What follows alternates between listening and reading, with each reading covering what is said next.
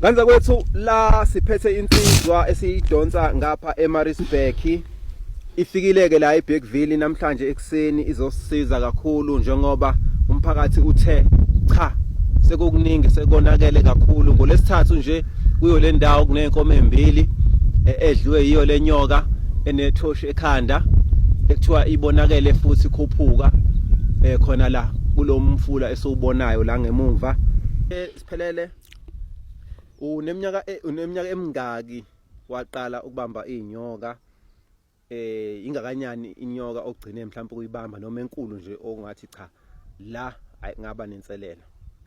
Mfowethu, ukuqala kwami ukubamba inyoka ngangina 11 mangikhumbula kahle kuze kube imanje. Inyoka engagcina ukuyibamba yayingaka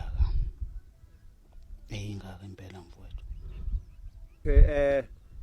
So mphakathi sizocela nanga umfowethu okhona la okhona la endaweni bhuti sicela usondele lapha umfowethu usichazele ukuthi uhlelo lenu la emphakathini nithi nizomisa kanjani ukuze lenyoka ibambeke. Ngicela umphithuka bhuti.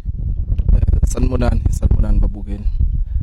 Mina niyangazi ke ngulungisana kwaHlombe. Umfowethu lana simbizile njenge DET TV. Ngiyacabanga ukuthi kena besikade sihlelile la njengomphakathi ukuthi kena namhlanje siqale icamp naye umfowethu ekhona. Sizoyiqala khona la eceleni nje eduze nomfula. Sihlale khona ukusuku bonke until size siyibambe lenyoka le. Uma ukuthi kena iyakhona ukubambeka. Ngiyacabanga ukuthi kena buzoba khona ubungozi obuzoba khona kodwa nje ngoba ukhona umfowethu siyathemba ukuthi kena uzosisiza kakhulu.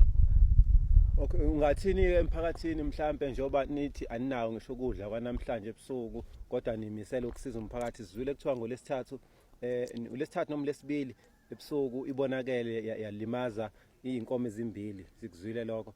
Besicela ukubuza nje ninani luphi uhlelo nizodla kanjani nizolala nivuke nenze njani noma nizohlala nje lapha nasemini nenze njani? Njengomphakathi nje mhlambe besingacela nje abangakhona ukuthi kena basisize mhlambe ekusuku basilethele ukudla namanzi okuphuza. Ngiyacabanga ukuthi kena sizohlala laphana ekusuku bese kuthi kena emini sohamba semakhaya sithi kuyophumula mhlambe sithola amanzi okugeza siphumuze nje umzimba sithi ukulala mhlambe emini until ke size siyibamba inyoka masiyibamba futhi sizobuya kunina sinitshele sinichazisele ngakho konke.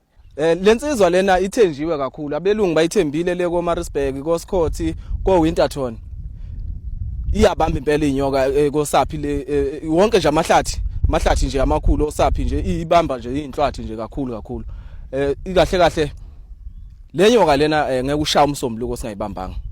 Ngeke ngezwe ngenyoka enethosha ikhona uzokhona ukuyibamba. Ngizokhona ukuyibamba. Izinto engizodinga kakhulu umkhonto nenet.